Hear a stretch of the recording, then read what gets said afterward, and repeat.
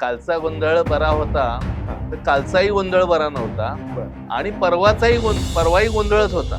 कोणाच्या बरोबर युत्या होत आहेत किंवा आघाडी होत आहेत, तुटतायत, पुन्हा एकत्र येत आहेत. एका ठिकाणी एका पक्षाबरोबर आघाडी तर दुसऱ्या ठिकाणी दुसऱ्या पक्षाबरोबर आघाडी. एका ठिकाणी एका पक्षाबरोबर चुंबाचुंबी तर दुसऱ्या ठिकाणी त्यांच्या विरोधात उभे आहेत.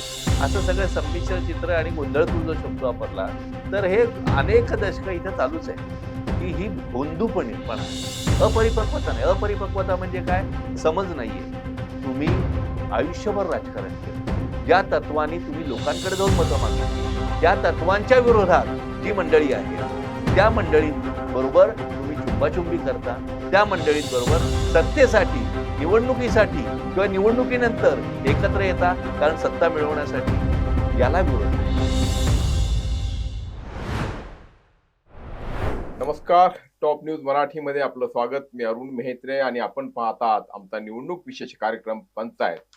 आणि आज पंचायतचे पाहुणे आहेत सुनील माळी सर. नमस्कार. सुनील माळी सर ज्येष्ठ पत्रकार आहेत आणि पुणे पुढारीचे संपादक आहेत. गेली अनेक वर्ष म्हणण्यापेक्षा अनेक दशक हे पत्रकारिता करतायत आणि महत्वाचं म्हणजे राजकीय विषयांवरती त्यांचे विश्लेषण आणि विशेष करून पुणे शहर आणि पुणे महापालिका यामधला त्यांचा अभ्यास हा निश्चितच सगळ्यांनी समजून घेण्यासारखा असतो. आणि म्हणूनच आज आपण सरांना इथे आमंत्रित केलंय. तर आपलं स्वागत आमच्या स्टुडिओमध्ये. आणि अर्थातच विषय महापालिका निवडणुकीचा. आत्ता वर्णन करायचं म्हटलं तर गोंधळात गोंधळ. म्हणजे एखाद्या चित्रपटाचं नाव जे आहे तर तसंच परिस्थिती साधारणपणे युती आणि आघाडी म्हणजे महायुती, महाविकास आघाडी अशी परिस्थिती आहे. किंबहुना सांगायचं तर कालचा गोंधळ बरा होता. कालचा यासाठी की नगर परिषदांच्या निवडणुका ज्या झाल्या आणि त्यावेळी स्थानिक पातळीवरती कशा पद्धतीनं अलायन्सेस झाले, कोण कुणासोबत गेलं, कोण कुणाच्या विरोधात गेलं. पण महापालिकेमध्ये देखील तशाच प्रकारचं किंबहुना त्याही पेक्षा विचित्र किंवा अनपेक्षित चित्र आपल्याला पाहायला मिळतं. घडामोडी घडतायत. तुम्ही या सगळ्याकडे आता कसं पाहताय? सामान्य मतदार तर संभ्रमित आहेत, कार्यकर्ता संभ्रमित आहे, पण एक अभ्यासक म्हणून. आता तू कालचा गोंधळ बरा होता म्हटलास तर कालचा गोंधळ बरा होता तर कालचाही गोंधळ बरा नव्हता आणि परवाही गोंधळच होता.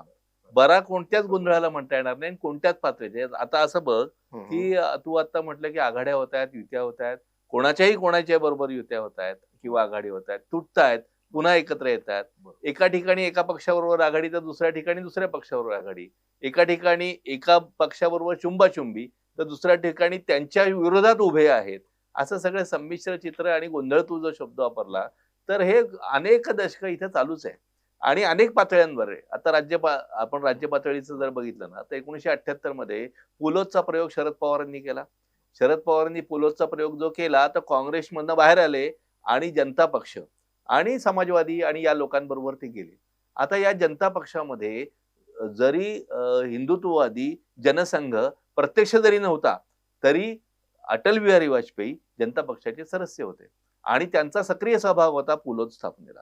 म्हणजे त्यावेळेस सुद्धा या सगळ्या युती आणि आघाडी वेगवेगळ्या पक्षात होत होत्या. आपण 2017च्या निवडणुकीत, 2019च्या निवडणुकीत येऊ.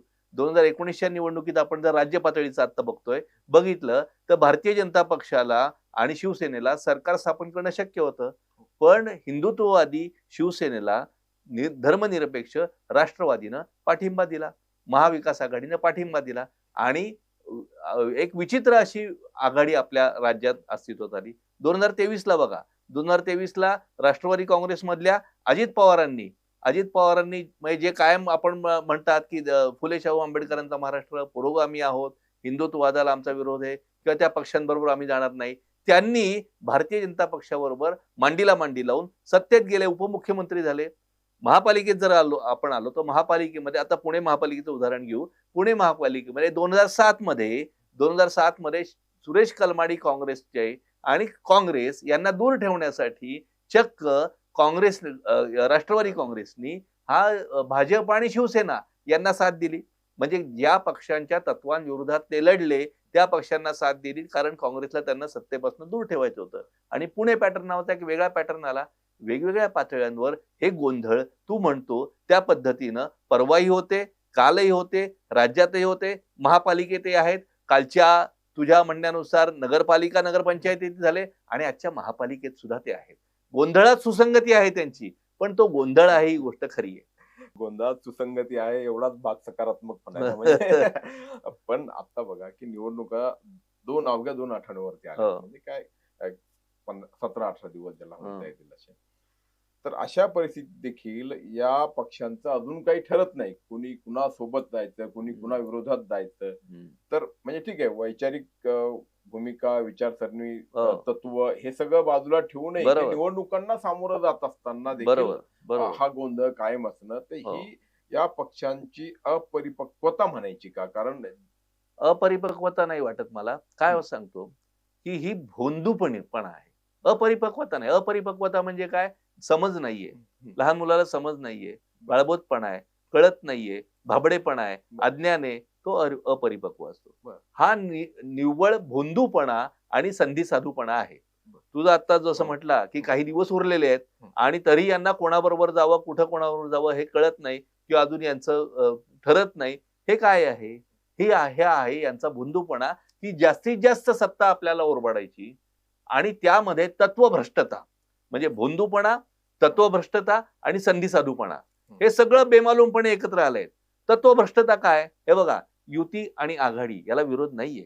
युती तुम्ही करू शकता, आघाडी करू शकता. तुम्हाला जर जनतेनं आवश्यक असलेलं सत्तेवर येण्याचं बळ दिलं नाही तर तुम्ही समविचारी पक्षांची युती करू शकता, आघाडी करू शकता. तसं भारतीय जनता पक्ष आणि शिवसेनेची 1989 पासून त्यांची 85 पासून त्यांची आघाडी आहे, युती आहे. काँग्रेस आणि राष्ट्रवादी काँग्रेसचा 1999 मध्ये जन्म झाला. त्यानंतरच्या निवडणुकांमध्ये त्यांची आघाडी अनेक निवडणुका होती. युती आणि आघाडीचा विरोध कशाला आहे? विसंगती कशात आहे? तर तुम्ही जे तत्व बाळगून तुम्ही आयुष्यभर राजकारण केलं, ज्या तत्वानी तुम्ही लोकांकडे जाऊन मतं मागितली, त्या तत्वांच्या विरोधात जी मंडळी आहेत त्या मंडळींबरोबर तुम्ही चुंबाचुंबी करता, त्या मंडळींबरोबर सत्तेसाठी, निवडणुकीसाठी किंवा निवडणुकीनंतर एकत्र येता, कारण सत्ता मिळवण्यासाठी. याला विरोध आहे. त्यामुळे युती आघाडी याला विरोध आज यांचं ठरत नाहीये. का ठरत नाहीये? तर यांना कुठून कशी सत्ता मिळवायची, कुठेही कोणाच्याही विरोधात आहेत. इथं एकाच्या विरोधात आहेत, तिथं दुसऱ्याच्या विरोधात आहेत. हा अपरिपक्वता नाही, हा आहे भोंदूपणा, संधी साधूपणा आणि याच्यामध्ये सत्ता ओरबाडून घेण्याची वृत्ती, तत्वभ्रष्टता आहे. बघा आता तुम्ही जर बघाल महापालिकेचं आपण आता बोलतोय, राज्यातल्या सगळ्या महापालिका आता आपण बघतोय तर वेगवेगळ्या ठिकाणी मुंबई जवळच्या ज्या महापालिका, आपल्याला थोडंसं विश्लेषण जर करायचं झालं तर मुंबई जवळच्या ज्या महापालिका आहेत तर या महापालिकांमध्ये भारतीय जनता पक्ष आणि शिंदे शिवसेना हे मुंबईमध्ये भारतीय जनता पक्ष थोडं पुढे आहे, ठाण्यामध्ये शिवसेना शिंदे पक्ष पुढे आहे. मग त्या ठिकाणी काय झालंय, तिथं भाजपला शिवसेनेची गरज आहे, समविचारी आहेत, दोघं एकत्र आलेत. ठाण्यामध्ये शिवसेनेने भाजपला एकत्र घेतलंय, इथं आपल्याला लक्षात येतं.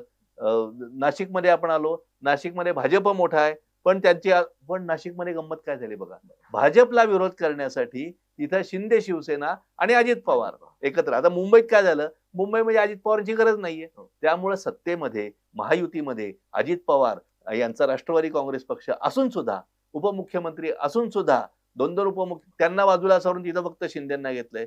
नाशिकमध्ये शिंदेनी आणि अजित पवारांनी भाजपच्या विरोधात राहिलेले. आता पुण्याकडे येऊ आपण. पुण्याकडे जर आपण आलो तर काय दिसून येतं, पुण्यामध्ये आणि पिंपरीमध्ये, पुणे पिंपरी 2 महापालिका, त्यामध्ये भारतीय जनता पक्ष आणि अजित पवारांचा राष्ट्रवादी काँग्रेस पक्ष यांची जी ताकद आहे, ही ताकद, दोघांची ताकद मोठी आहे. आणि मुंबईत बघा, मुंबईत शिवसेनेची ताकद जरी असली तरी त्याच्या विरोधात उभे राहिलेले नाहीत भाजप, त्यांना बरोबर घेतलंय. पुण्यात मात्र राष्ट्रवादी काँग्रेस अजित पवारांची ताकद असली तरी भाजपने अजित पवारांना बरोबर घेतलेलं नाही आणि अजित पवार सुद्धा भाजप बरोबर जाऊ इच्छित नाही. याचं काय कारण आहे? याचं कारण काय आहे? याचं कारण आपल्या इथली राजकीय परिस्थिती जर आपण बघितली, पुणे आणि पिंपरीचं आता आपण बोलतोय, राज्यातला बघितल्यानंतर, तर पुणे आणि पिंपरीमध्ये भारतीय जनता पक्ष पुण्यामध्ये आज सत्तेवर आहे. पिंपरीमध्ये 77 जागा मिळून 2017 तो सत्तेवर आला. पुण्यामध्ये 98-99 जागा त्यांनी नंतर एक मिळवली, 99 जागा मिळून तो सत्तेवर आहे. पण या दोन्ही शहरांमध्ये भारतीय जनता पक्षाबरोबरच राष्ट्रवादी काँग्रेसची सुद्धा चांगली ताकद आहे. तुम्ही आता गेल्या थोडंसं आणखीन तपशिलानं विश्लेषण करायचं तर पुणे महापालिकेमध्ये भारतीय जनता पक्ष ज्या 99 जागांवर जिंकला त्या जागी त्यापैकी 52 जागी राष्ट्रवादी काँग्रेस 2 नंबरला आहे. काही थोडक्या मतांनी सुद्धा तो हरलेला आहे. म्हणजे राष्ट्रवादी काँग्रेस पक्ष जो दुसऱ्या जागी तिथं आहे तो काही अनेक ठिकाणी थोडक्या जागाने हरलाय. तिथं राष्ट्रवादी काँग्रेस अजित पवारांचे नगरसेवक निवडून येऊ शकले असते. थोडे राजकीय म्हणजे आज त्या पक्षाला असं वाटतंय की आपण त्या जागा जिंकू. मग जर भारतीय जनता पक्षाबरोबर युती केली तर त्या जागा त्यांना सोडणं होईल. तिथला आपला पक्ष मरणार नाही पण थांबेल. थांबेल. आपल्या पक्षाची वाढ थांबेल.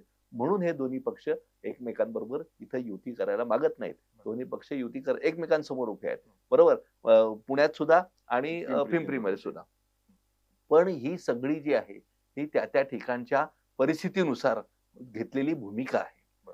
तुमचं तत्व जे आहे तर तुमचं तत्व तुम्ही सोडून जेव्हा दुसऱ्या तत्वाच्या लोकांची युती आघाडी करता त्याला नागरिकांचा विरोध असला पाहिजे. आणि ही तत्वभ्रष्टता आज आपल्याला दिसून येते आणि त्याच्या विरोधात सर्वांनी आवाज उठवला पाहिजे.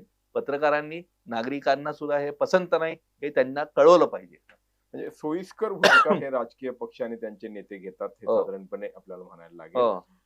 याचा परिणाम किंवा दुष्परिणाम असा आता झालाय की मतदार सामान्य नागरिक आहे तर त्याचा या प्रक्रियेवरचा विश्वासच किंवा हे राजकीय पक्ष त्यांचे नेते यांच्यावरचा विश्वास उडत चाललाय. म्हणजे आता गेलत म्हणजे आपले सहकारी अनेक फील्डवरती असतात ते ज्यावेळेस जातात तर त्यांच्या ज्या प्रतिक्रिया येतात त्या अतिशय संताप त्यांच्याकडनं व्यक्त होतो.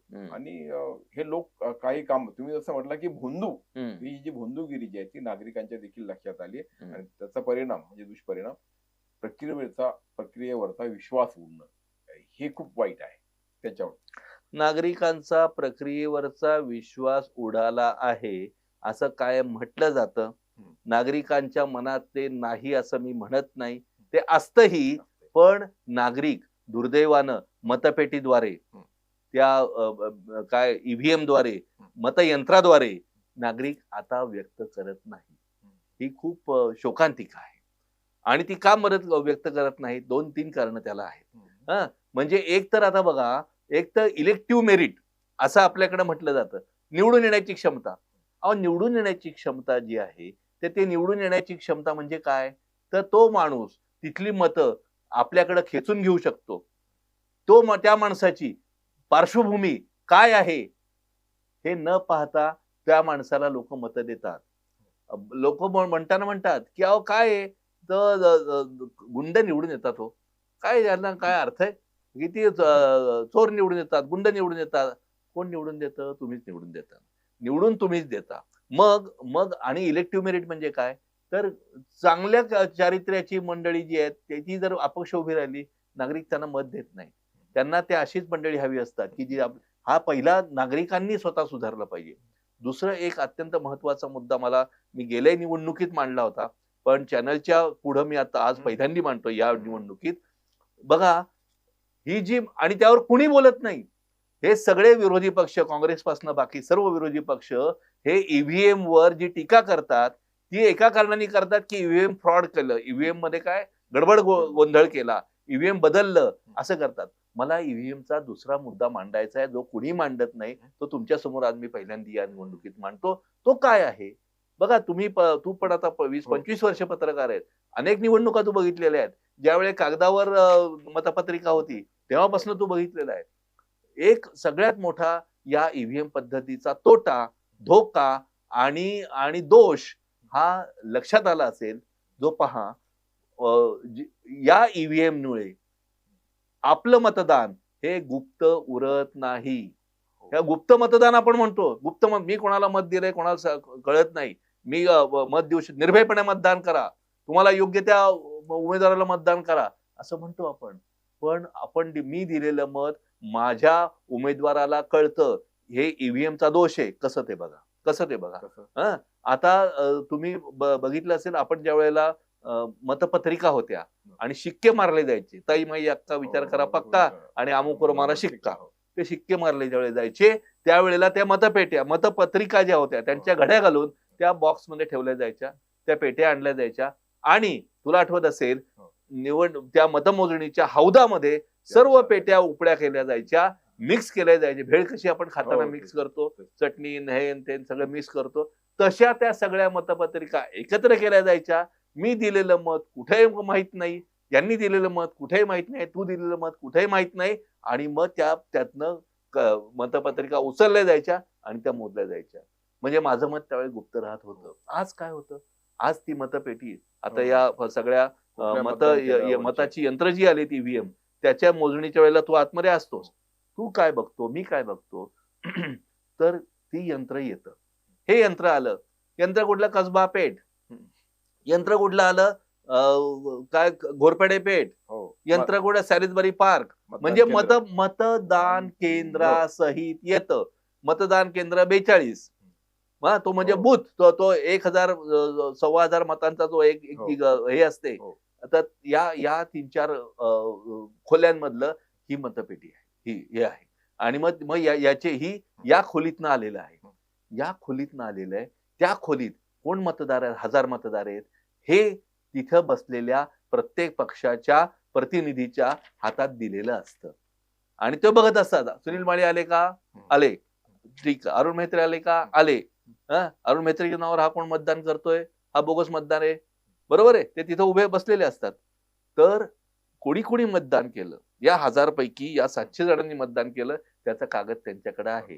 आणि ते ज्यावेळेस मोजलं जातं त्यावेळेस या 1000 जणांनी कुठं मत दिली, या 1000 जणांनी अ उमेदवाराला मत दिली, ब उमेदवाराला मत दिली. 1000 पैकी 800 मतं एका उमेदवाराला पडली. आणि तो जर पडला निवडणुकीत आणि दुसरा निवडून आला, तर तो काय म्हणणार, इथनं मला मतं मिळालेली नाहीये, त्यामुळं मी यांची कामच करणार नाही. मग मी मत देताना माझ्या पेटीतलं मत कुठं जात आहे, आमच्या भागातलं मत कुठं जात आहे, आमच्या सोसायटीतले मत कुठं जात आहे, हे सगळ्यांना उघडं नागडं जाहीर होणार असेल तर मला मत देताना भीती वाटते. की मी मत, बघा आता तुम्ही अनेक आपण म्हणतो अनेक गुन्हेगारी पार्श्वभूमीचे उमेदवार आता काल आजच कोणीतरी अर्ज भरले. आता हे जे कोणी अर्ज भरलेले आहेत ना मंडळींनी, तर ह्या मंडळींना तिथं इलेक्टिव्ह मेरिट म्हणजे कसं यांची दहशत असते तिथे. मग तिथले मी जर मतदार असेल तर मी काय विचार करणार, मी माझ्या पेटीत जर या अमुक उमेदवाराला मत दिलं नाही तर धरणारच मला. बरोबर आहे. तर माझ्याकडे येऊन पहिले सांगणार, ताप नको, देऊन टाका मत. मग हे निवडून काय येतात. इलेक्टिव्ह मेरिट म्हणजे काय, हे असं इलेक्टिव्ह मेरिट असतं. इलेक्टिव्ह मेरिट हे दहशतीचं असतं, इलेक्टिव्ह मेरिट हे पैशाचं असतं, इलेक्टिव्ह मेरिट हे ते मत तुमच्या दबावाचं असतं. त्यामुळे ही पद्धत जी आहे त्याच्यावर कोणीही पक्ष बोलत नाही. सगळेजण बोलतात, काँग्रेस आणि हे राजीव गांधीपासनं ते आपलं राहुल गांधीपासनं सगळेजण तिकडे मोर्चे काढतात, अमुक काढतात, इलेक्शन कमिशनला त्या अधिकाऱ्यांना ते मत निवेदन देतात. ते काय देतात निवेदन, ते निवेदन देतात की हे ईव्हीएम पद्धतीमुळे फ्रॉड आहे, त्यात गडबड आहे. पण त्यांनी हा मुद्दा केला पाहिजे की ही गुप्त मतदान पद्धत नाही, कारण ती त्यांनाही हवी आहे. ते का करत नाहीत, त्यांनाही ती हवी आहे. त्यांनाही या खोलीतलं मत कोणाला गेलं हे हवंय, हे विरोधकांनाही हवंय, हे सत्ताधाऱ्यांनाही हवंय, निवडून येणाऱ्याला पण हवंय, पडणाऱ्याला पण हवंय. सर्वसामान्य जनतेची बाजू कोणी घेत नाहीये. विरोधी पक्ष तर सुद्धा घेत नाहीये. जे विरोधी पक्ष होतात ते फक्त कळवळ्या त्या नावा त्यांच्या मतांसाठी फक्त लोकांचं तोंडी लावणं नाव घेतात. त्यांना कोणाशी देणं घेणं नसतं. हे तुम्ही आम्ही मतदारांनी, पत्रकारांनी, नागरिकांच्या प्रतिनिधींनी म्हणजे नागरिकांच्या संघटनांनी पुढं आणण्याची गोष्ट आहे की आम्हाला यामुळे याच्यावर उपाय काय, ईव्हीएम रद्द करणं हा उपाय का नाही. तर ईव्हीएम वरची जी काय कागद आहे, तो जो कुठल्या हे मत त्याचं कुंकू जे आहे कुठल्या पेटीत ना ते काढून टाका. ईव्हीएम बाहेर आलं ना ते काढून टाका आणि ते कुठेतरी मोजायला पाठवा. या काय 100-200 पेट्या आहेत, त्यातनं इथलं मतदान मोजलं जाणार ना, ते काढून टाका आणि त्यातनं हे करा. उत्तर निश्चितपणे मिळणार. पण म्हणजे आता जाता जाता विषय निघाला म्हणून इलेक्टिव्ह मेरिट आणि लोकांना लोकशाहीवरचा विश्वास उडण्याचं जे कारण आहे ते ह्याची चर्चा कोणीच करत नाही. ही कुठल्याही चॅनलवर होत नाही. चॅनलवर किंवा ह्याच्यावर तुमच्या चर्चा काय होतात, कुठला पक्ष जास्त आहे, कुठला कमी आहे, ह्याचं राजकीय कारण काय, त्यांच्या मागं कोण आहे आणि अमुक काय, हा नेता त्याला काय म्हटला की त्याला जाऊन विचारा, तर त्यांनी याला म्हटलं की तुम्ही ते तुमच्याविषयी असं म्हणतायत, हे तुमच्याविषयी असं म्हणतायत. इकडे ते संजय राऊत दाखवतात, इकडे ते अमुक दाखवतात. संजय राऊत इकडे बोलायला लागले की तिकडे अमुक म्हणतात, निलेश राणे बोलायला लागले की तिकडं शरद पवार. पण असे मूळ सगळे महत्वाचा आणि म्हणजे गंभीर विषय तो दुर्लक्षित एकमेकांवरची राहतो. चिखलफेक हो. हे ऐकून लोक कंटाळलेली आहेत. नाही, लोकांचे हे आवश्यक म्हणजे हे आवश्यक लोकांचे प्रश्न. विषय जे आहेत ना, इश्यूज जे आहेत ना, ते बाहेर काढले पाहिजे. मतदारांचे काढले पाहिजेत आणि मतदारांसुद्धा प्रशिक्षण केलं पाहिजे. पण ते होत नाही. फक्त सवंग राजकीय मुद्दे जे आहेत ते चर्चिले जातात. त्यासाठीच तर आपण आता चर्चा करतो. हे लोकांपर्यंत पोहोच. आता प्रशांत जगताप हे राष्ट्रवादी काँग्रेसच्या शरद पवार गटाचे शहराध्यक्ष. आता बघा त्यांच्या चष्म्यातनं जाऊन बघू आपण, त्यांच्या खुर्चीवर बसून बघू की का त्यांनी हा केला असेल. अहो प्रशांतराव, तुम्ही महापौर ज्यावेळेस होतात त्यावेळेला 10 वर्षांपूर्वी त्यावेळेला दोन्ही राष्ट्रवादी एकच होते. त्यावेळेस अजित पवार तुमचे नेतेच होते, बरोबर आहे. तुमच्या 2002 पासून 2023 पर्यंत 2002 निवडणुका आणि पक्षाच्या स्थापनेपासून 1999 पासून ते 2023 पर्यंत 24-25 वर्ष ते तुमचे नेते आहेत. 3 वर्ष नेते नाही आहेत. मग तुमचे 23 वर्ष नेते असलेले मध्ये 2 वर्ष फक्त खंड आहे, ते परत तुम्हाला तुमच्या आघाडीतले नेते जर झाले तर तुम्हाला पोट दुखायचं काय कारण आहे? तुम्हाला त्यात तुम्ही विरोध करायचं काय कारण आहे? तुम्हाला असह्य व्हायचं काय कारण आहे? तुम्ही पक्षच सोडायचं काय कारण आहे? पक्षाच्या शहराध्यक्ष पद सोडायचं काय कारण आहे? असा प्रश्न कोणाच्याही मनात पडतो. त्याला मला असं वाटतं की काय त्यांनी केलं का असेल. हे बघा, प्रशांत जगताप हे जसे राष्ट्रवादी काँग्रेसच्या शरद पवार पक्षाचे शहराध्यक्ष जसे तसेच ते राष्ट्रवादी काँग्रेसच्या शरद पवार पक्षाचे विधानसभेचे गेल्या वेळेचे उमेदवार. गेल्या वेळी ते निवडणुकीत पराभूत झाले चेतन तुपे यांच्याकडनं, राष्ट्रवादी काँग्रेस पक्षाच्या अजित पवार काय त्यांच्या पक्षाकडून ते पराभूत झाले. आता हे दोन्ही पक्ष जर एकत्र आले तर चेतन तुपे आणि यांच्याबरोबर हडपसर विधानसभा मतदारसंघामध्ये काम करावं लागेल, ज्यांच्या विरोधात आपण निवडणूक लढवली. चेतन तुपे हे काय करतील म्हणजे आता बघा, प्रशांत जगताप यांना या पुढच्या निवडणुकीमध्ये आमदार होण्याची इच्छा महत्वाकांक्षा असण्यात काही गैर नाही, काही चुकीचं नाही. त्यांना तर परत आमदार त्यांना फक्त नगरसेवक होऊन महापालिकेत या पातळीवर बसायचं नाहीये, शाळेतनं कॉलेजात जायचंय त्यांना, बरोबर आहे. त्यांना कॉलेजात जायची इच्छा आहे. आपण म्हणतो ते शाळेत राहतील, नाही, त्यांना कॉलेजात जायची इच्छा आहे, त्यांना आमदार व्हायची इच्छा आहे. मग आमदार कधी होतो माणूस?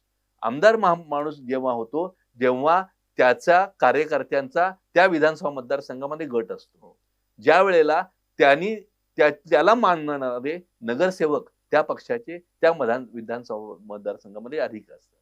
त्याला मानणारे नगरसेवक अधिक कधी होतात? ज्या वेळेला तो त्यांना तिकीट देतो आणि निवडून आणतो, त्यांना बळ देतो. आता जर ही आघाडी झाली दोन्ही राष्ट्रवादीची तर प्रशांत जगताप हडपसर मधले तिकीट ठरवतील का आदरणीय चेतनदादा तुपे जे राष्ट्रवादी काँग्रेसचे अजित पवार गटाचे आमदार आहेत ते तिकीटाला ठरवणार? मग यांना तिकीट ठरवण्याचा अधिकार उरणार नाही. मग हे साधे नगरसेवकच उरणार आणि साधे नगरसेवक उरल्यानंतर राजकीय महत्वाकांक्षा त्यांची फलद्रूप होणार नाही, पूर्ण होणार नाही. मग काय करायचं? अशा वेळेला मला नगरसेवक व्हायचंय, मला आमदार व्हायचंय, त्यामुळं मला तिकीट ठरवली पाहिजेत, मला अधिकार पाहिजे. मग कुठं जायचं? मग काँग्रेस हा उत्तम पर्याय. आता काँग्रेसच्या दृष्टीने बघा, काँग्रेसला हडपसर मतदारसंघामध्ये आतापर्यंत नेतृत्व बाळासाहेब शिवरकर हे होतं. शिवरकरांचे वडील शिवरकर अनेक आमदार राहिलेले आहेत, मंत्री राहिलेले आहेत. शिवरकर हे ज्येष्ठ आहेत. आता याच्या पुढे शिवरकरांचा वारस पुढच्या पिढीतला तरुण चेहरा काँग्रेस सुद्धा शोधत असणार. हडपसरमध्ये शिवरकरांना साथ देण्यासाठी म्हणू आपण आत्तापुरतं, किंवा त्यांच्या वारस म्हणू, नवा चेहरा म्हणू, तरुण चेहरा म्हणून बघू. हडपसरमध्ये काँग्रेस आणखी वाढवू शकण्याचं बळ म्हणून ते दुसरा चेहरा बघत असणार. त्याच दृष्टीने त्यांनी प्रशांत जगताप बघितला आणि प्रशांत जगतापनी दोन्ही राष्ट्रवादी एकत्र येत असतील तर मी सोडतो. त्यांनी ही कुठली कारणं दिली नाहीत, त्यांनी काही कारणच दिलं नाही. आणि मला आपल्या सगळ्या पत्रकारांचं थोडंसं आश्चर्य म्हणण्यापेक्षा थोडंसं मला एक त्यांच्या बंधू म्हणून आपल्या सगळ्या पत्रकारांचा त्यांच्याशी एकच वाक्य मला सांगायचंय की आपण ज्या वेळेला ही मंडळी कॅमेरा समोर येतात आणि लाईव्ह चाललेलं असतं अनेक नेत्यांचं, त्यावेळेस तिथल्या तिथं त्यांना आपण प्रश्न विचारत नाही असं माझं अनुभव. तिथल्या तिथं त्यांना थोडासा उलट प्रश्न, आळीरावी नाही, तिथल्या तिथं आपण पत्रकार परिषदेत जसं थोडंसं उलट तपासणी केल्यासारखं करतो, काही प्रतिप्रश्न विचारतो, क्रॉस करतो. तसं क्रॉस कॅमेऱ्यासमोर का होत नाही? ते व्हायला पाहिजे. सुप्रिया सुळे जर म्हणतायत की म्हणाले त्या की तुम्ही काय म्हणाले, तुम डबके में क्यों रहना चाहते हो, सुप्रियाताई म्हटल्या. पत्रकारांना बरं उद्देशून म्हटल्या की ते पत्रकार विचारत होते पुणे महापालिकेच्या निवडणुकीचं काय, अरे तुम डबके में क्यों रहना चाहते हो, राज्याविषयी बोला, देशाविषयी बोला. अहो ताई, त्या डबक्यातनं तुम्ही खासदार म्हणून निवडून आला. अहो ताई, ही जी काही डबकी तुम्ही म्हणतायत महापालिकेचा, या एक पुणे महापालिका हे डबकं जर असेल तुमच्या दृष्टीनं, त्या डबक्याचा प्रभारी म्हणून तुमची निवड झालेली आहे, नेमणूक झालेली आहे. तुम्ही तिथेच अडकून पक्षात अडकून माहित आहे. त्यामुळे आम्ही आता पुणे महापालिकेविषयी विचारतोय. आम्ही विचारणार तर आम्ही डबक्यात राहिलो आहोत पत्रकार, असं तुम्ही का म्हणता? असं साध्या सोप्या सौजन्यपूर्ण नम्र भाषेमध्ये त्यांना तिथंच जर पत्रकाराने विचारलं असतं तर सुप्रियाताई सोडा, पण अशा कोणत्याही प्रकारची वक्तव्य ज्यावेळेला येतात त्यावेळेला आपण बोललं पाहिजे आणि तिथंच सांगितलं पाहिजे की बा तुम्ही हे कसं म्हणता. नाही, प्रशांत जगताप बोलताना की मला पुरोगामी विचार, ते शाहू फुले आंबेडकर आणि मग हे अजित पवार सोबत जर जात असतील, एकत्र येत असतील तर मग ते भाजप सोबत जाणं वगैरे, तर हे काय माझ्या तत्वांच्या सारखं नाही, साजेचं नाही, आणि म्हणून मग मी तात्विक मुलाम आहे तो तिथल्या तिथं फाडायचा कॅमेऱ्यासमोर नम्र भाषेत त्यांना विचारला पाहिजे. म्हणजे एक अपेक्षा माझी, म्हणजे पत्रकार म्हणून अपेक्षा, आपल्या भावांकडनं अपेक्षा की म्हणजे लोकांना कळतं ना, अरे बरोबर आहे हा प्रश्न यांचा, यांना काय उत्तर द्यायचा प्रयत्न केला यांनी, पण यांना काही जमलं नाही. हेच बरोबर असंच आहे की विधानसभेच्या मांडवात, म्हणजे एका मांडवात एक नवरे असताना दोन नवर देऊ नको साधारणपणे, आणि ते स्वाभाविक आहे. आपण काय ते स्वाभाविक आहे, त्यांना ते मांडता येत नाही. आपण मांडायचे किंवा प्रश्न विचारल्यावर लोकांना तिथल्या तिथं विश्लेषण मिळून जातं. पण आता जसं दोन राष्ट्रवादींचं चाललं तसंच या शिवसेना मनसेचं पण एक काहीतरी वेगळंच चाललंय बघा. म्हणजे मुंबईत त्यांनी अगदी आधी हाई दिली, टाळी दिली, आणि नंतर मग ते मुंबईत एकत्र येणार आहेत, एकत्र लढणार आहेत, आणि मुंबईचा महापौर मराठी होईल, शिवसेनेचा होईल काय ते, किंवा या युतीचा होईल, असं सगळं झालं. इतर शहरांच्या बाबतीत अजून त्यांचं ते गुरा सुरू आहे.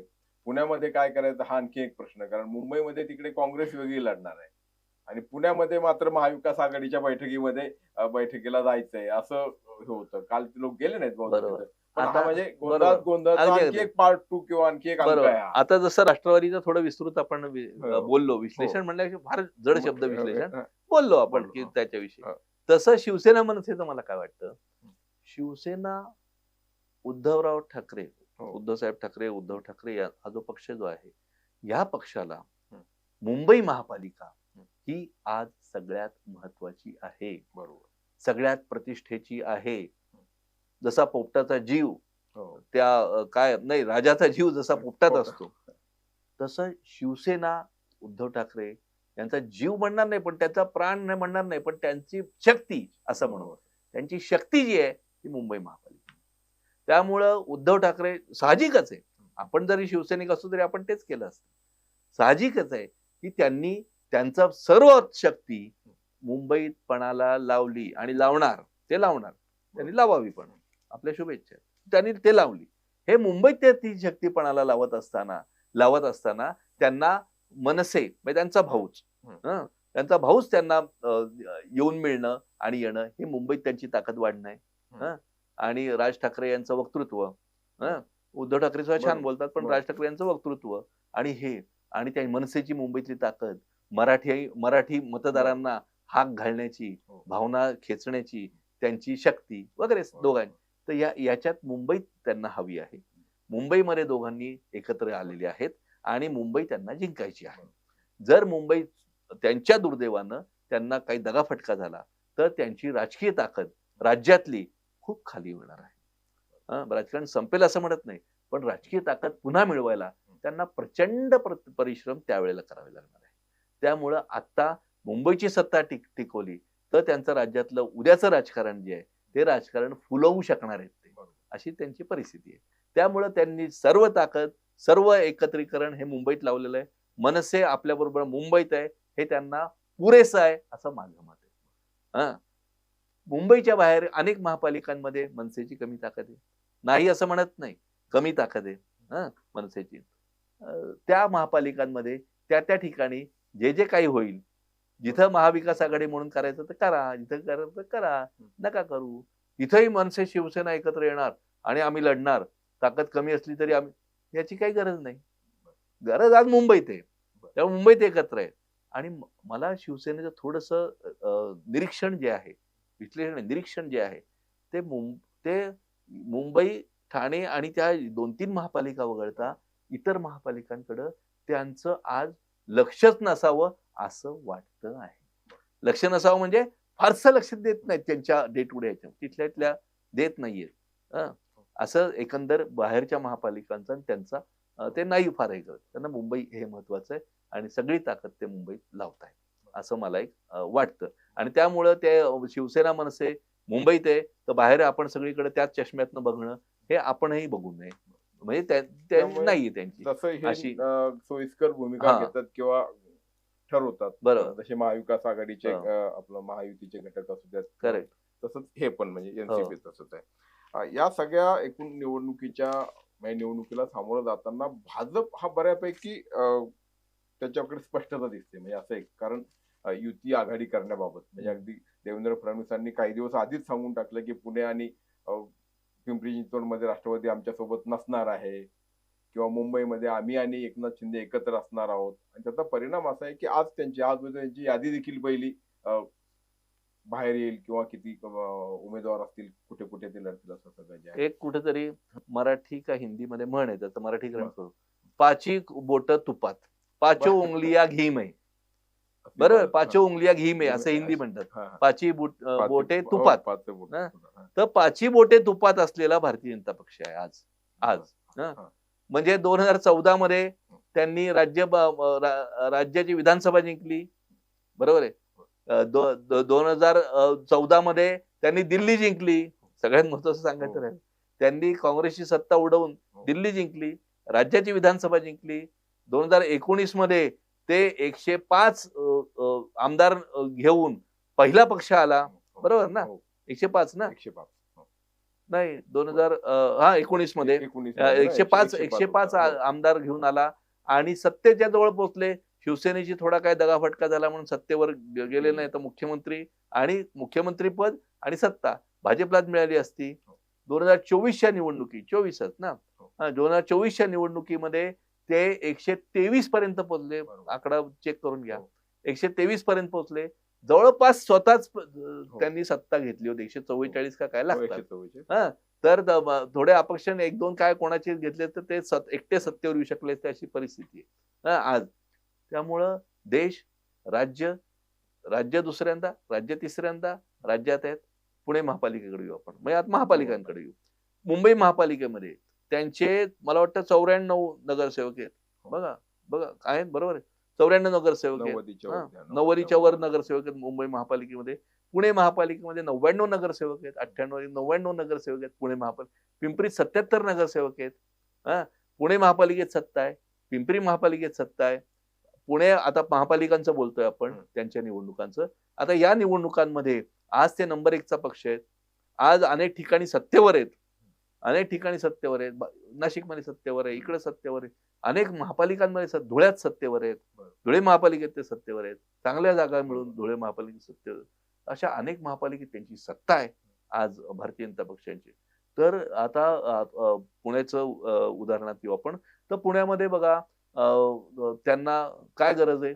आज 99 जागा आज ते शिवसेनेला बरोबर घेत आहेत. म्हणजे शिवसेनेची सुद्धा जी काही ताकद आहे ती ताकद, शिवसेनेचं ब्रँड, नाव, बाळासाहेब ठाकरेंचा फोटो, सगळं त्यांना वापरता येणार आहे. सगळं उपयोगात आणता येणार आहे. आपण याच्यासाठी काय प्रचारासाठी उपयोगात आणता येणार आहे. तर हे सगळं ते आहे. त्यामुळं आज ते डिक्टेटिंग टर्म मध्ये आहेत. म्हणजे त्याचं मराठीत काय करायचं, आज ते आदेश सोडण्याच्या परिस्थितीत आहेत. आज ते आम्ही सांगतो आणि तसंच व्हायला पाहिजे असं म्हणण्याच्या परिस्थितीत आहेत. आज ते काही घडवण्याची अंगात त्यांच्यामध्ये जी काही ताकद आहे ती असण्याच्या परिस्थिती, राजकीय दृष्ट्या बोलतोय, हे असण्याच्या परिस्थितीत आहेत. म्हणून आज या महापालिकांमध्ये तू म्हणतो तसं काय तू शब्द वापरला की ते चांगल्या स्थितीत स्पष्टता आहे. बरं स्पष्ट म्हणून स्पष्टता आहे. अहो लोक इनकमिंग आहे, इनकमिंग हे मोठा भाऊ इनकमिंग फ्री म्हणतो, फ्री नाहीये पण इनकमिंग आहे, इनकमिंग आहे आणि सगळेच जण येऊ इच्छित आहेत. अहो अनेक काँग्रेसचे दिग्गज नगरसेवक पुण्यातले इतर पक्षाचे ते दारात बसलेत की मला घ्या. तर अहो आमच्या आधीचा नगरसेवक आहे, तुम्हाला कसं घेणार, थांबा जरा, असं त्यांना थांबवलं जातंय. नावं सगळ्यांना माहिती आहेत ही. ते सगळे असे बसलेले आहेत. म्हणजे त्यांना आपण बोलतोय त्याच वेळेला 3 वाजता पत्रकार परिषद धीरज घाटेंची आता होती आणि काही जण आज येणार असलेले नवीन काही जण असं मग अशी त्यांचं आमंत्रण आलं आणि म्हटलं अजून कोण येतंय बघूया. ते आहे. अहो कोथरूड मध्ये बघा, आता आपण उदाहरण घेतोय आणि थोडस आपण लांबतोय पण फार तपशिलात नको. कोथरूड मध्ये सुतार घराणं हे शिवसेनेचा बालेकिल्ला, शिवसेनाचं पूर्ण प्रभुत्व आणि शिवसेना जी तिथं गाजवली ते सुतार घराण्यांनी गाजवली कोथरूडमध्ये, पुण्यातही पण कोथरूडमध्ये. आणि आमदारकी, शिवसेनेची आमदारकी हे आज त्या घराण्याची मातब्बर मंडळी आज या पक्षात आलेली आहेत. असे अनेक म्हणजे उदाहरण आपण किंवा नावं आपण घेऊयात किंवा पण असे अनेक येत आहेत आणि ते आज ठरवू शकणार आहे की आपल्या पक्षाचा कुठल्या कोणाला ते म्हणतात की इतके टक्के फक्त आम्ही बाहेरचे हे देणार, तिकीट देणार, उमेदवारी देणार, इतके टक्के आमच्या पक्षाने. मग किती त्यांच्यात ते झालेलं आहे ते हे 92 मध्ये 97 मध्ये काँग्रेसची जी परिस्थिती होती पुण्यामध्ये तीच परिस्थिती आज भाजपची आहे. सुरेश कलमाडी ठरवायचे की कोणाला घ्यायचं, कोणाला तिकीट द्यायचं. आज ते सत्तेत आहेत. आज त्यांचा काँग्रेस झालेला आहे. या अर्थाने की काँग्रेस सुद्धा इनकमिंग होतं. हे सुद्धा यांचे मूळ कुठले आणि आयात केलेले कुठले, आयाराम कुठले, गयाराम कुठले आणि स्वतःचे कुठले, निष्ठावंतांना लाथा आणि बाहेरच्या आलेल्यांना मात्र सत्तेचा वाटा, अशी पण पद्धत हे झालेली आहे. अनेक निष्ठावंत नाराज झालेत त्यांच्यातले. म्हणजे पक्षातले जे निष्ठावंत आहेत, ज्यांनी निवडणुका मागून निवडणुका सतरंजा उचलल्या, अगदी बोललं जायचं ज्या भाषेत, पण ज्यांनी प्रामाणिकपणे काम केलं, पक्ष घडवला, पक्ष वाढवला, पक्ष उभारला, त्या लोकांना बाजूला ठेवून फक्त इलेक्टिव्ह मेरिट या मुद्द्यांनी ते आज इलेक्टिव्ह मेरिट असणाऱ्या धनाढ्य लोक असणाऱ्या मतपेट्या असणाऱ्या ना ते संधी देत आहेत. का? तर सत्ता पाहिजे. तुम्हाला सत्ता पाहिजे का तुम्हाला तुमच्या पक्षाचं तत्वज्ञान पाहिजे, हे लोक विचार करतील. पण आपल्या त्यांनाही शुभेच्छा, भाजपला पण शुभेच्छा आहेत. पण त्यामुळं तुझ्या प्रश्नाचं उत्तर फक्त एवढंच की त्यामुळं ते आज सुस्थितीत आहे. पण ते तुम्ही जसं म्हटलं की पक्षनिष्ठेपेक्षा इलेक्टिव्ह मेरिट महत्वाचा मानला जातो आणि त्या दृष्टिकोनातून मग इनकमिंग म्हणजे प्रवेश दिले जातात आणि उद्याच्याला उमेदवारी देखील मिळेल आणि त्यातून कार्यकर्ते नाराज होतात आणि ती नाराजी अगदी इथे म्हणजे भाजपच्या कार्यालयासमोर आंदोलन देखील लोकांनी केलंय किंवा काही लोक स्पष्टपणे बोलून दाखवत आहेत, जाहीरपणे बोलून दाखवत आहेत. दुसऱ्या बाजूला मतदारांना हे कसं पडतं हा मला प्रश्न की म्हणजे भाजपचा मतदार प्रत्येक व्यक्ती काही कार्यकर्ता नसतो, एक मतदार असेल किंवा अमुक एका पक्षाचा, म्हणजे इतर पक्षाच्या बाबतीत जर घडलं म्हणजे काही प्रमाणात अजित पवारांच्या पक्षामध्ये देखील इनकमिंग असेल किंवा त्यांच्या मतदारांना देखील हे पटतं का की पटवून घ्यावं लागतं, म्हणजे त्यांची ही हतबलता आहे का काय? नाही, त्यांची नाराजी ते व्यक्त करतात योग्य व्यासपीठावर. बघा आता पक्षाचे जे जसे आपण प्रामाणिक कार्यकर्ते म्हटलं तसे प्रामाणिक मतदारही असतात आणि भरपूर. तर हे मतदार जे आहेत ना हे त्यांची नाराजी व्यक्त करतात, पण ती मतांमध्ये मत देताना आपल्या पक्षाला त्रास होईल असं ते वागत नाही. येते का लक्षात? ते नाराजी व्यक्त करतील, योग्य ठिकाणी बोलतील, टोचतील, चर्चा करतील, सोशल मीडियावर टाकतील, व्हॉट्सअपवर टाकतील, एकमेकांच्या त्या कॅथार्सिस म्हणजे काय म्हणतात मराठी, कॅथार्सिस म्हणजे तुम्ही मनातलं बाहेर आणणं, मोकळं होणं, मन मोकळं करणं, हे करतील.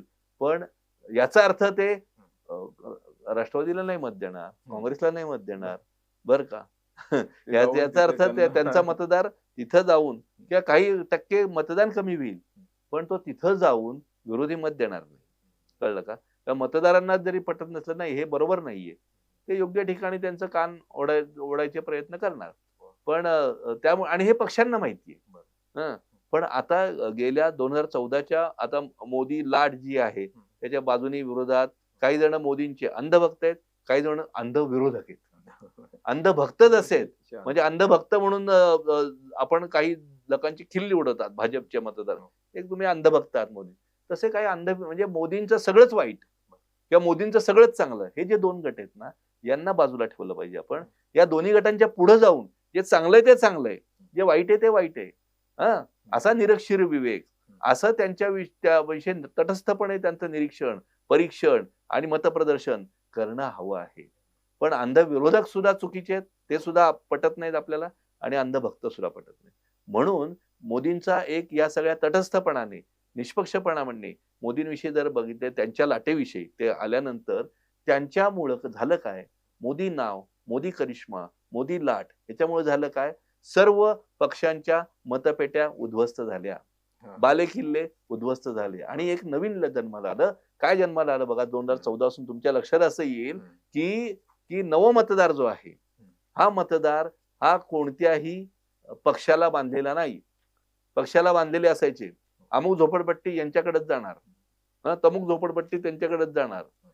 आम्ही सदाशिव पेठ, नारायण पेठ आणि जिथं आपण बसलोय सदाशिव शनिवार नारायण याला भाजपची वैचारिक काशेवाडी म्हणायचो. मी म्हणतो हा मी चुकाईन केला शब्द. म्हणजे जसं काँग्रेसची काशेवाडी मध्ये किंवा त्या तिकडच्या अर्कांकडे किंवा कुठल्या त्या झोपडपट्ट्यामध्ये काँग्रेसचे परंपरागत मतदार मोठ्या प्रमाणावर होते, तशी यांची वैचारिक काशेवाडी, भाजपची काशेवाडी ही काँग्रेसची काशेवाडी. म्हणजे काय? मतपेट्या म्हणजे आम्ही याच पक्षाला देणार. बरोबर आहे. असे मतदार हे आहे ना, हे या मोदी लाटेमुळं उद्ध्वस्त झालं. म्हणजे त्यांनी हा भाग या मतदारांचा, त्यामुळं अनेक झोपडपट्ट्यात सुद्धा भगवा झेंडा नाचला आणि नगरसेवक निवडून आले. म्हणजे हे उरलं नाही, मतपेट्या उरल्या नाहीत. कसब्याच्या पोटनिवडणुकीत बघितलं ना आपण, म्हणजे रवींद्र धंगेकरांना अगदी तुम्ही जसं म्हटलं की ही भाजपची कासेवाडी, शनिवार नारायण मधनं त्यांना मताधिक्य. म्हणजे झालं काय, म्हणजे या निवडणुकांपासून 14 पासनं या सगळ्या पारंपरिक आपण म्हणू की हे मतांचे पट्टे, हा भाग यांचा, तो भाग यांचा. पुण्यात सुद्धा सांगता यायचं, प्रत्येक शहरात सांगता येतं की हे इकडे बिबीवाडी इथे जाणार. एकच शेवटचं उदाहरण सांगतो की पर्वती विधानसभा मतदारसंघ पूर्वीचा होता. त्या मतदारसंघामध्ये बिबीवाडी पासून वरचा भाग सगळा भाजपचा. पूर्वीचा सदाशिव शनिवार नारायण पेठांमध्ये राहणारा जो भाजपचा परंपरागत मतदार होता, ब्राह्मण समाज त्यामध्ये मोठ्या प्रमाणावर होता. तर हा जो मतदार आहे, हा मतदार एका बाजूने बिबीवाडीला गेला, दुसऱ्या बाजूने तो कोथरूडला गेला. बरोबर आहे. तर आता बिबीवाडीला जो गेला मतदार होता तो तिकडे वरती आहे यांचा सगळा भाजपचा. आणि नंतर खाली आपण जसं येतो जेधे पुतळा स्वारगेटवरनं खाली आपण घोरपडेपेठवरनं भवानीपेठ, नानापेठ असं करत आपण पुढे जातो. आणि त्या सगळा जुना पर्वती म्हणतो असा सगळा तो लोहियानगर, नंतर तुमचा महात्मा फुले वाडा वगैरे असं करत शुक्रवार पेठ असं करत तो पर्वती पुढे यायचा. तर हा पर्वतीच्या मध्ये मतमोजणी ज्यावेळी व्हायची ना, गंमत बघा, मतमोजणी व्हायची त्यावेळी हे आपला विषय पॉईंट काय चाललाय, मतपेट्या. तर मतपेट्या कशा होत्या, मतांचे गठ्ठे कसे होते ना. तर सुरुवातीची जी मतमोजणी चालू व्हायची ती वर्ण बिबीवाडी पासून चालू व्हायची आणि बिबीवाडीसनं भारतीय जनता पक्षाला प्रत्येक फेरीमध्ये बहुमत मिळायचं. पहिल्या फेरीत भाजप 1800 मत, 2000 मत, 3000 मत, 5000 मतांनी भाजपला आघाडी. अरे पर्वतीमध्ये तर वर्षानुवर्ष निवडणुका मागून निवडणुका, पर्वतीमध्ये तर कोण निवडून येत आहे, काँग्रेसचे निवडून येत आहेत. मग आता भाजपला मत मिळेल. तर काँग्रेसचे आमदार आणि ते उमेदवार असायचे बसलेले. आम्ही नवीन पत्रकार जायचो, बातमीदार, हो तिकडं भाजपला बहुमत मिळायला लागलं, तुम्ही पडणार का काय, ज्यावेळी इतिहास घडणार, घाबरू नका, आमच्या पेट्या उघडायच्या, आपण जेधे पुतळा क्रॉस होऊ द्यात. कोण शरद रणपिसे, रमेश बागवे असे सगळे ते काँग्रेसचे एकामागून एक कोण त्यावेळेस मत हे होते उमेदवार. तर ज्या वेळेला जेधे पुतळा क्रॉस होऊन मतपेट्या घोरपडेपेठ, हरकानगर, लोहियानगर अशा उघडल्या जायच्या, त्यावेळेस हळूहळू तो लीड कमी व्हायचा आणि काँग्रेसचा लीड वाढायचा. म्हणजे मग इकडचा भाग सगळा काँग्रेसचा, तिकडचा भाग सगळा भाजपचा. असं ते परंपरागत होते. आता काय झालंय, आता हे सगळं तुटलेलं आहे. हा याचा एक या गेल्या काही निवडणुकातला वेगळा बदलाचं निरीक्षण. हे या पातळीवरती करते, जसं तुम्ही म्हटलं की नवमतदार किंवा एकूणच मतदार जो आहे तो काय आता विशिष्ट पक्षाला बांधील असा राहिलेला नाहीये. तीच गत राजकीय पक्षांची झाली हे मात्र दुर्दैव. म्हणजे काय आहे की त्यांची विचारसरणी जी आहे, असे कुठलाही पक्ष हा स्वतःची एक विचारसरणी घेऊन पुढे जात असतो.